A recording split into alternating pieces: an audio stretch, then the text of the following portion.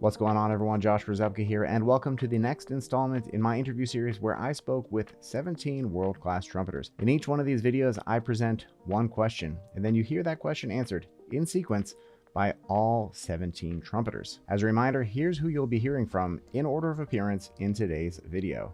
Pacho Flores, Ingrid Jensen, Lynch, Tine Helseth, Bria Skonberg, Selina Ott, Rampton, Lessie Vonner, Roger Ingram, Brecker, Sachs, Coletti, Arturo Sandoval, Tage Larsen, Sibaja, Karin Bliznik, and Bijon Watson. Today's video deals with something we all experience. Challenges that must be overcome, the struggles of our own personal journey. Now, when we face our challenges head on, that's when true growth happens, and we always come out the other side as a better player and as a better person. So with that in mind, I asked everyone the following question. What's one thing that you struggled with in your playing, and how did you overcome it? Their stories and insight will no doubt surprise and inspire you, so let's hear what they all had to say. The understanding, the creation of a beautiful sound. I remember I was like 2 years only focused on this when I was 16 to 18. I was only focused on this in the perfection, in the really play really perfect and understand the sound, the projection. When you play relaxed, you know that you can get more projection. When you force a little bit, you null the overtones and the harmonics, right? This concept took me like 2 years, more or less 2 years. And the most important was, for example, understand the sound in different instruments, violin, cello, and singers, for example. When you understand the sound and you try to emulate this on the trumpet, now everything has a different meaning, right? So for me, it was very important this, because it's your signature, right? The sound is the business card. And when I did that work, intense work, I won the audition in the Simón Bolívar Orchestra as a principal trumpet player with 18 years old. When I was 18, and so was for me like a good prize after this, and it's still for me is the most important. Keep a beautiful sound. Still for me is the most important.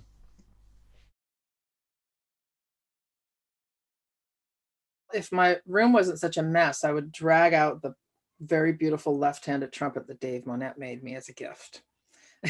And say, I wish I would have had this when I was younger. And I'm actually going to get it out again because it's really good for my brain when I practice on it. And it's a great horn. And that would be the thing, knowing that being a dominant lefty, that a lot of my injuries and a lot of my lack of confidence were, that as I spoke earlier about the Bell's palsy, they're very integrated, very connected. There's not like, oh, I fell asleep under an air conditioner on a bus and now my face is frozen. That was only part of the equation. I think taking my time is something that I feel that I've struggled with in my playing. I think that my love of the music and my love of the language of the music, and also my love of the instrument and my love of trying to see what can be done playing the trumpet, sometimes has resulted in maybe a little bit too much density of musical ideas. In other words, giving those ideas time to breathe so that you can actually understand your own story and listen to it as you're playing it. We're storytellers, right? And this is the sort of thing that when you're talking, I tend to interrupt when I'm a talker, when I'm talking in conversation, something that my wife has been very helpful in pointing out to me and helping me to correct, not always successfully. But you know, you don't want to be an interrupter, and you shouldn't want to interrupt yourself when you're playing. So I'm talking about improvising, obviously. That can, you know, also manifest itself in being a little bit too eager to get to the next note. So just to lay in the cut of the rhythm, you know, that's been something that I've worked hard on, you know, like, and I continue to be very conscious of.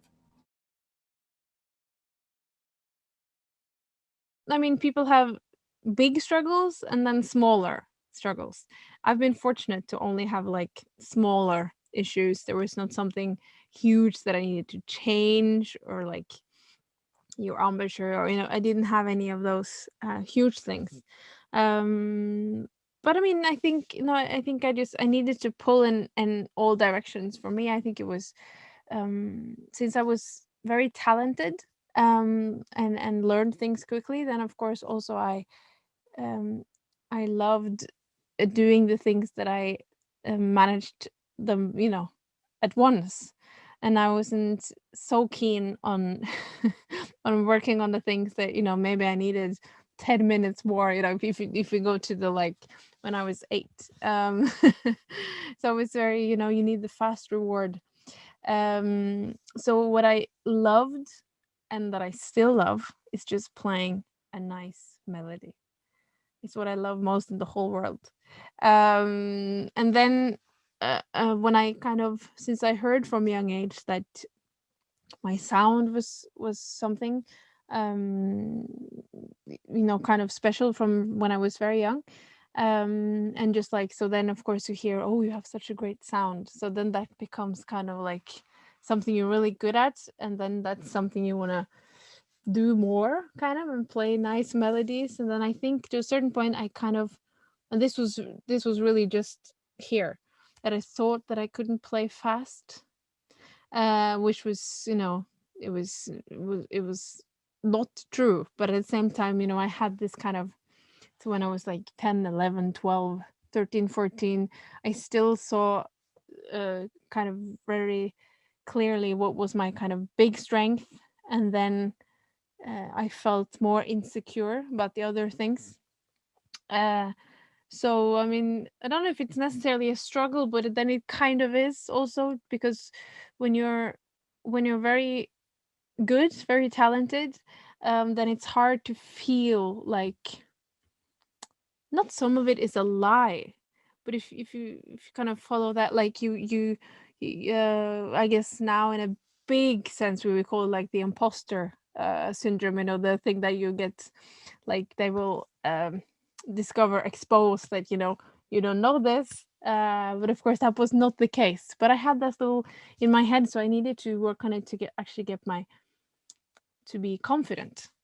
And it may sound like a boring struggle, but to me it was something that, to really just realizing that it was not just that one thing that I was good at or that people liked, and it was actually the whole package that worked.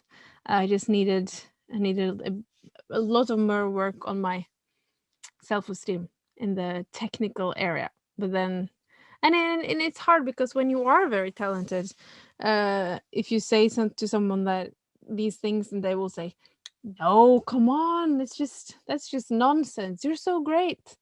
But then you still have the feeling, you know, so you need to take it seriously, but then at the same time build your self-esteem. We all need that.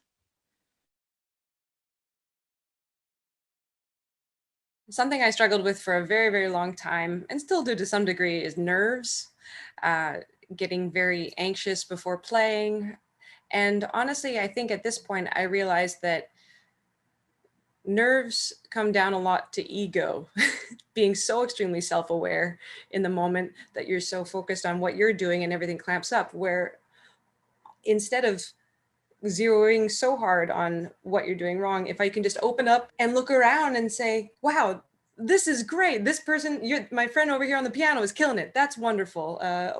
the people in the audience, they're having a good time. That's great. Why can't I have a good time too? So that's been a big thing, I think, is just trying to get out of my own head to enjoy the moment.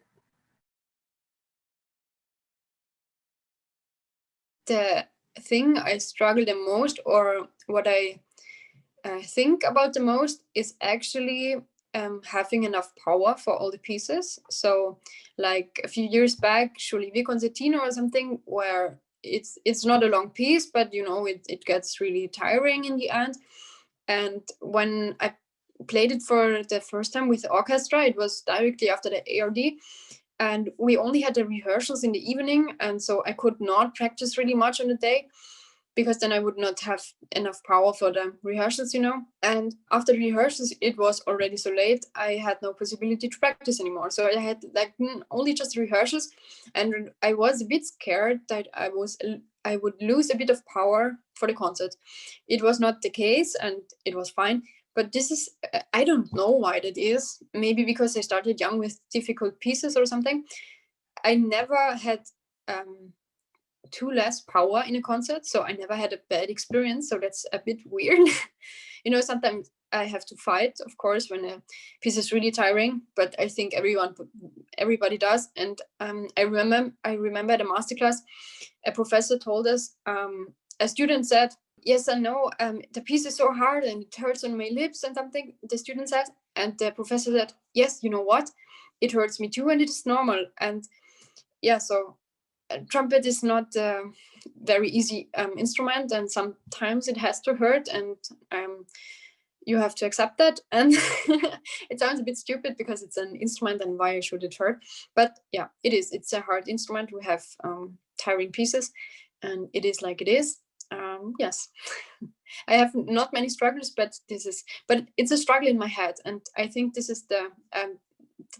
are the hardest struggles. Man, every aspect of playing throughout my life, and how to overcome it. Well, like I said, practicing fundamentals. You know, there's flexibility has always been difficult for me. You know, so Schlossberg's. I got a book right here. This is a great book. I don't know if you've seen this one. Great, phenomenal book. It's a modern book with, you know, dealing with flexibilities. It's fun. It's clever. It's got fun titles and stuff too. But flexibility is something that's always been difficult for me, and something I've really had to work hard at.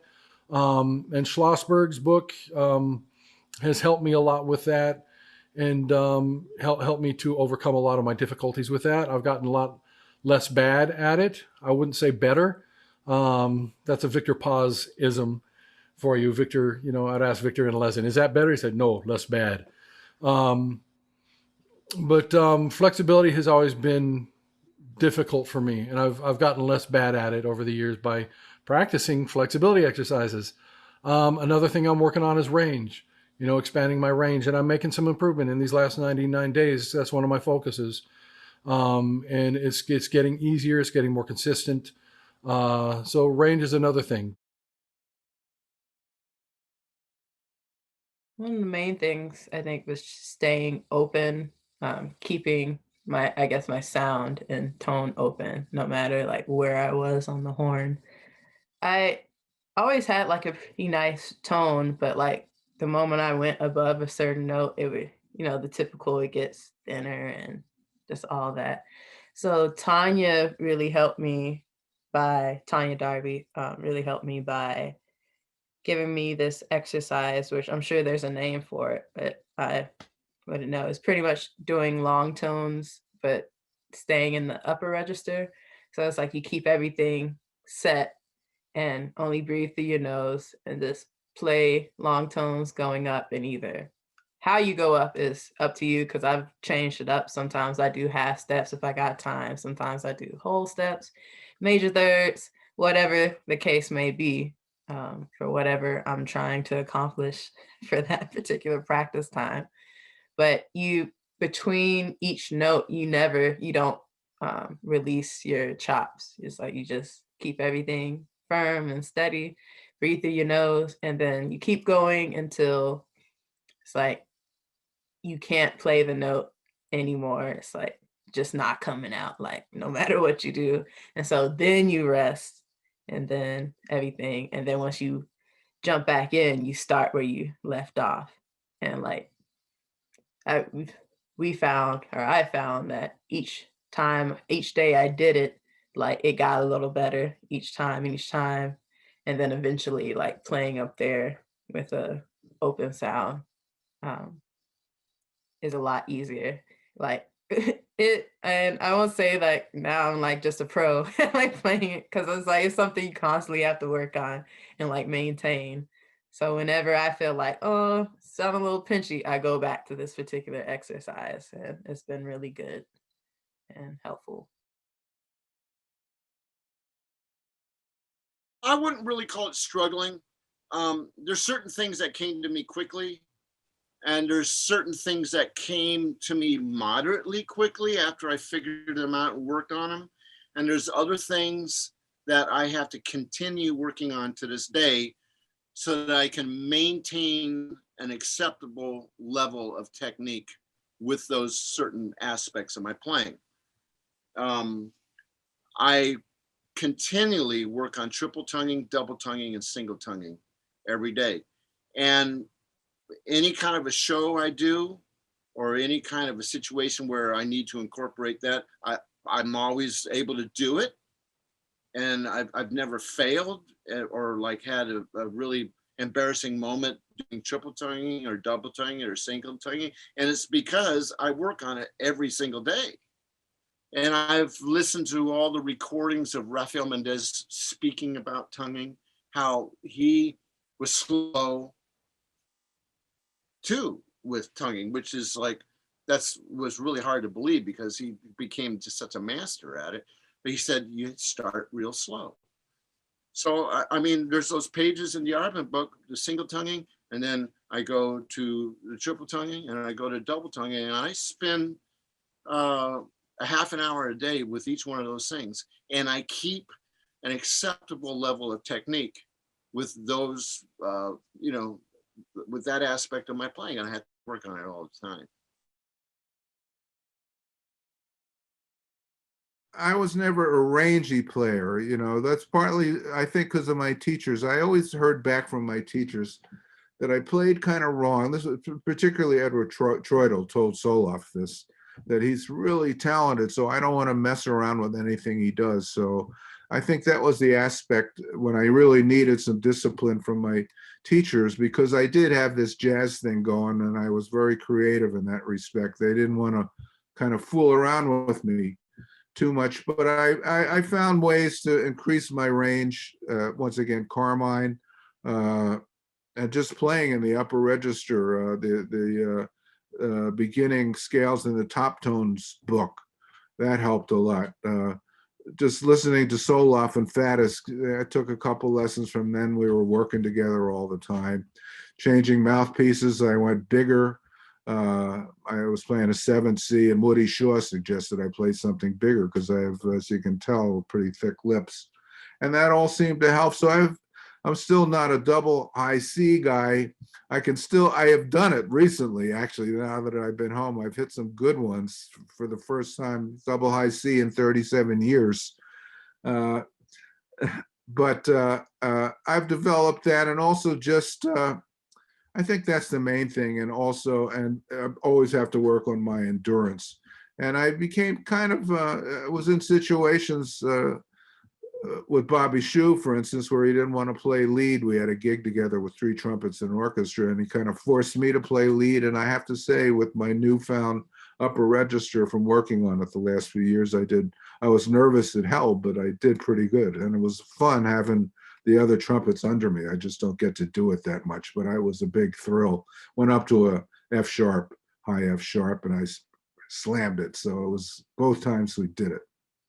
So that was fun. When I first came to see Tony Plug when I was a senior in high school, my articulation sucked. I mean, sucked. Not that I was what, but it was kind of wah kind of stuff. I wanted to create this like beautiful sound, and I just didn't want to just like, put a button on anything. I mean, I could, but I tended not to.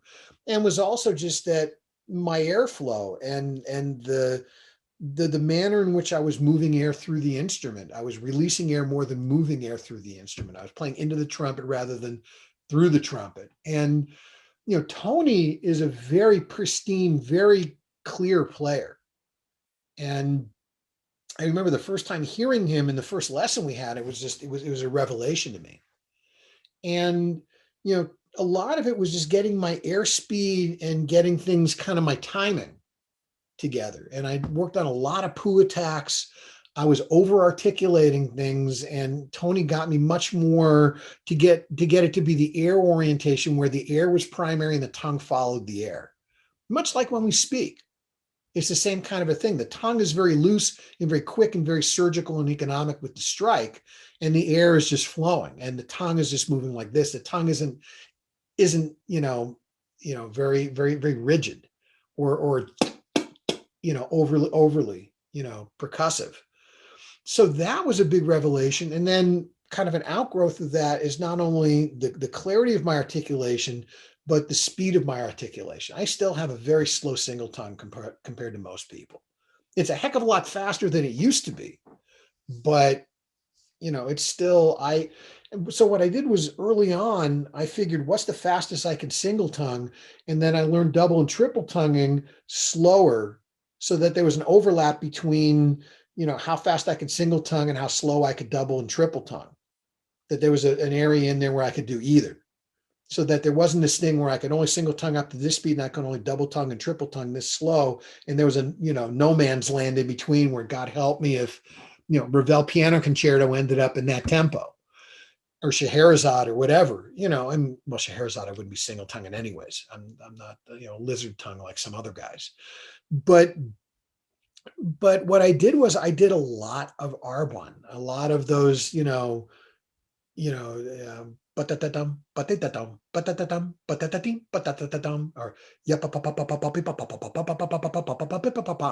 that kind of stuff. And I just started out where I could figure out what's the fastest I can go. And I figured out what that tempo was. And then I just made it a goal of every few weeks, I wanted to inch that a little forward. I wanted to do it gradually. So over time, I would go from here to here without even noticing it over a couple of years. And it was kind of a combination of the more I got the tongue out of the way, the more I got the airflow going and more the tongue riding the air rather than the tongue doing that and slapping the air. It was almost like less is more. It's like the less I articulated, but still very pinpoint and very clear and very quick, and relied on the air to carry the tone, the more speed I was able to get and the more clarity I was able to get, and the more variation between my, legatissimo tongue and my staccatissimo tongue. So now it's to a point where, Ravel piano concerto was something when I was 18, 19 years old, I did not want to see that on an audition. Now, when Ravel piano concerto comes up, I can't wait for it to come up. I feel it's like, kind of a specialty of the house now. I feel it's one of the things I'm most comfortable with. So, part of it is just, also a mindset that I got into very early on, that I don't want to shy away from my weaknesses. What are my weaknesses? And figure out how to circumvent them. Necessity is the mother of invention. I got to figure it out. I'm going to figure this out by hook or crook. And as Mr. Stamp would say, you got to go down a lot of blind alleys before you end up on the street. So I'd go down as many blind alleys as I could till I figured out my way out of it. And, you got to be persistent. You've got to be determined. And you've got to be creative, and you've got to retain a sense of humor and not beat yourself up too much and get too down on yourself. Sometimes stuff takes a while, and that took a while for me. But once I figured it out, I got on a path that I've been on since, that it continues to get better. And it's something, though, that I continually on a daily basis I work on. And a lot of it is, slur things, then play the same thing articulated. So it's like set up the air, add the articulation. So I'm always reinforcing that whole concept. But that's probably the biggest Achilles heel I've had to overcome. Easily soft playing and like soft articulations, and then low notes. And so I have two levels of overcoming it. I overcame it in school by faking it, and it totally worked.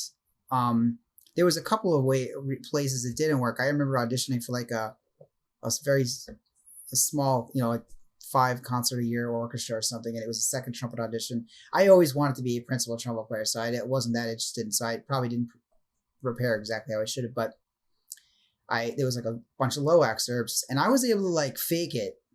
But sure enough, in the audition, like the faking, all the nerves, and I wasn't even hyper nervous, but it was just enough that the faking it didn't work. And it was like, you don't hire a second trumpet player that can't play low notes well. They got to be killing it, even for a small local orchestra. And so I really started figuring it out when I had to play on stage every night with Canadian brass. And I wouldn't say that I really figured everything out, but I started really addressing things that were weaknesses, like it was life or death, because I guess it really was. And that made a big difference. I've apparently offended people when I've said that the biggest advantage that a professional has is that failure is literally not an option. And they're like, oh, that doesn't help. That actually makes it more stressful and it makes it worse and this. And I'm like, no, actually it does, because you will do anything to figure it out. There is very few people out there. And actually one of them is a guy named Joshua Waitskin, who he could have nothing on the line and he will practice whatever it is he's working on. By the way, if you don't recognize the name, he has an amazing book called The Art of Learning. Joshua Waitskin was a chess prodigy. That was the subject of the movie Finding Bobby Fischer. And then he wrote this book. And in the book, he starts as a chess prodigy, and then he becomes a fighter, actually. Incredible. But now he's into surfing, unless he's picked up some other new thing. But he doesn't care what anybody thinks. He doesn't care about an audience. He truly is one of those rare breeds where the act of perfecting it is his joy. But that's not most people. For most people, our insecurities is one of our greatest strengths. And without getting on stage, we don't hold ourselves to the highest standard. I mean, when it comes down to it, nerves is just the difference between the standard you're holding yourself to in practice and then the sudden heightened awareness that makes you wish you could play better than you really are. That is the fear. And so it's avoidable, but it's difficult if you're a student and the bulk of your time on your instrument is in the practice room and not on stage. So as a performer, you get the advantage of being scared out of your wits enough to say, okay, I'll work on my soft playing.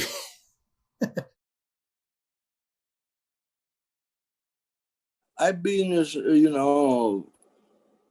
trying to, to resolve all the problems over the years and trying to make that playing a little more joyful instead of torture,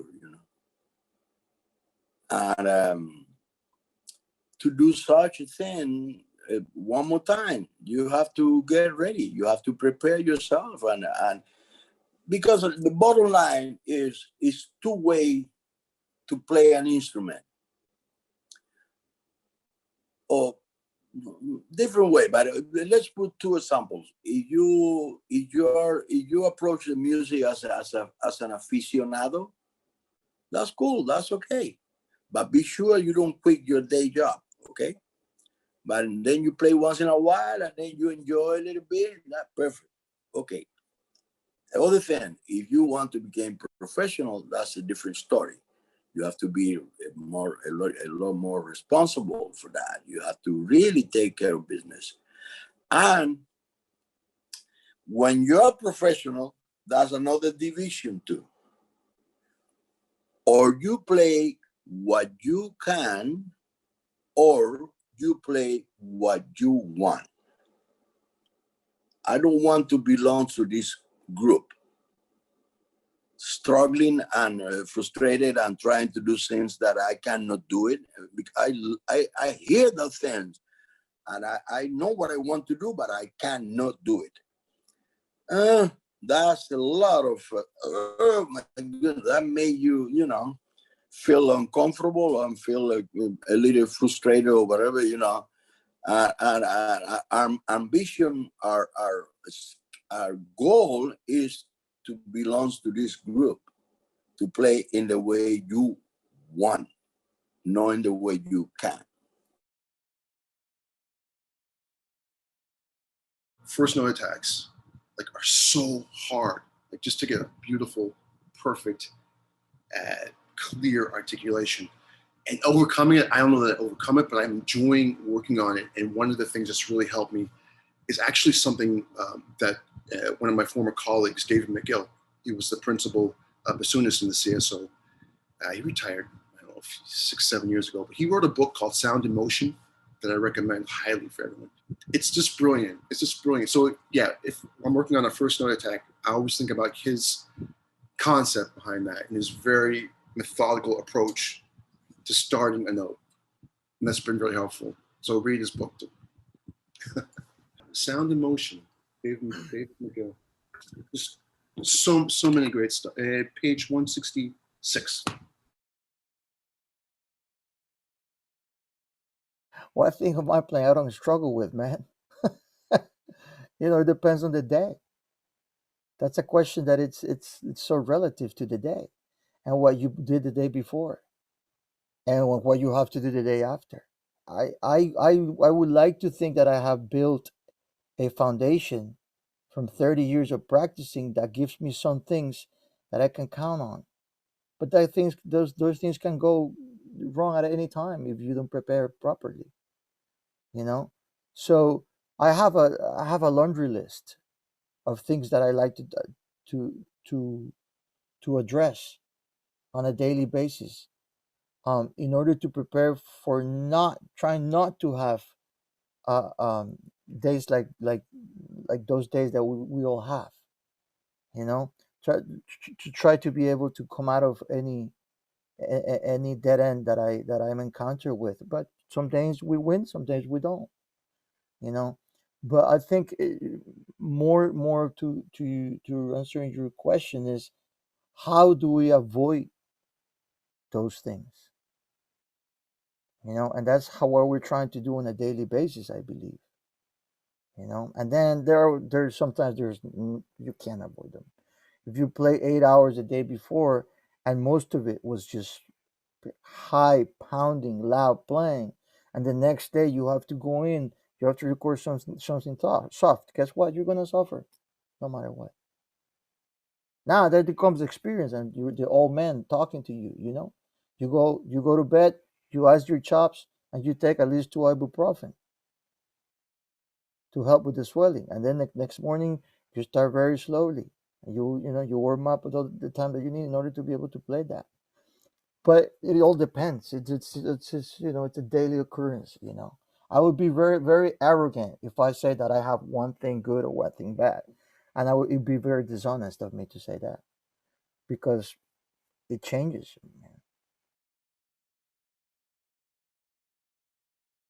It's easy to get into a routine of just playing the instrument, right? And I don't ever recommend that someone goes in and tries to really shake it up and really mess with things too much, right? I understand that there's some unknown about what we're doing, right? I think that there's deception that we have control over the instrument. And really, I think it's more of a concept that there is an actual feeling, but most of the feeling that you have on the instrument is going to be more of an external feeling. It's an external point of focus. It's an external point in which the air meets the sound. And so the things that I've probably struggled with are really going in and figuring out, how does this thing work and how can I get out of my own way?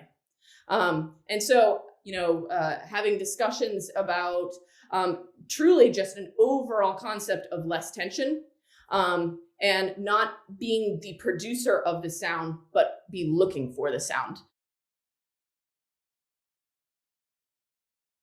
What do you mean struggled? You mean struggle? You want to use present tense? Growing up, Greater Boston Youth Symphony. I'm about to go on tour with them. Tony DiLorenzo was I was a junior. He was a senior. and he was playing the Eritrean trumpet concerto. We were about to go on tour to Austria, Hungary, Yugoslavia, which is the Czech Republic. I was assistant principal. I got moved up to play. So we were playing Scheherazade, Rite of Spring, the Eritrean, and some overture. I can't remember, Festive or whatever. And I was playing principal on two of those, Scheherazade and Rite of Spring. I was playing fourth, bass trumpet I was playing. And I didn't know how to, my double tonguing was shite.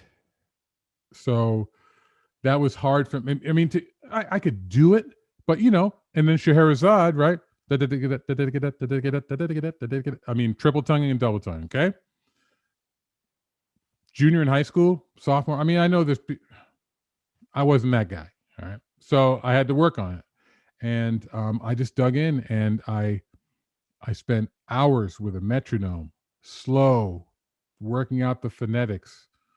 I mean, and just doing it. And then it's interesting. One day it just clicked. And it was interesting. In my practice sessions at home, I tried to get as clean as possible. I recorded myself onto a cassette deck. I know, don't judge me. Don't date me.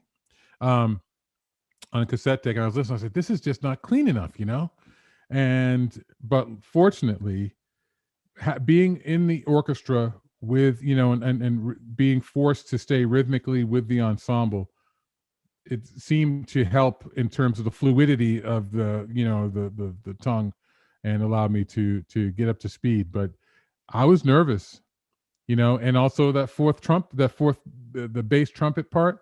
I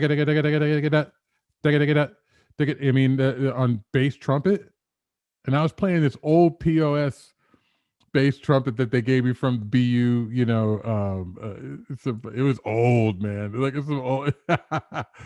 So yeah, man. So that's how I overcame it. Now in modern stuff, one of the things I'm working on is improvisation. Improvisation at faster tempos, and really understanding how to bop. And so I'm taking lessons with some lessons scheduled with Mike Rodriguez.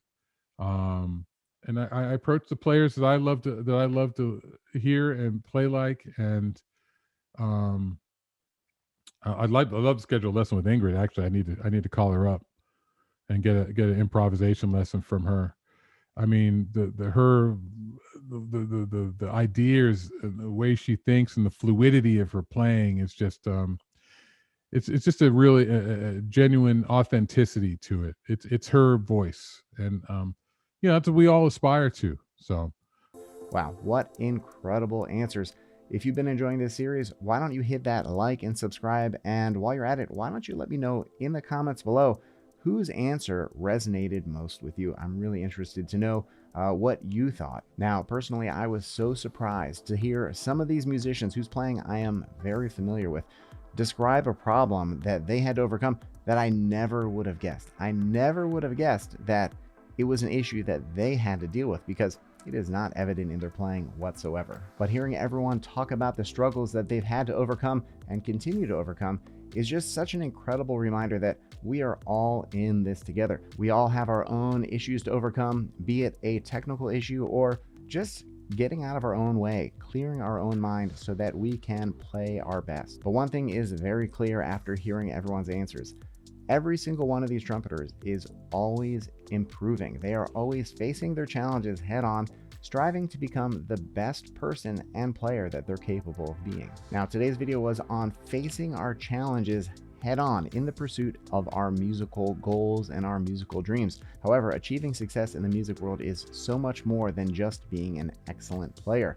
There are so many other skills that we need to develop. With that in mind, in the next video, I asked everyone the following question. Besides musical ability and technique, what would you say is an essential skill to be successful in the music industry? This next video will really get you thinking, and I know that you will love it.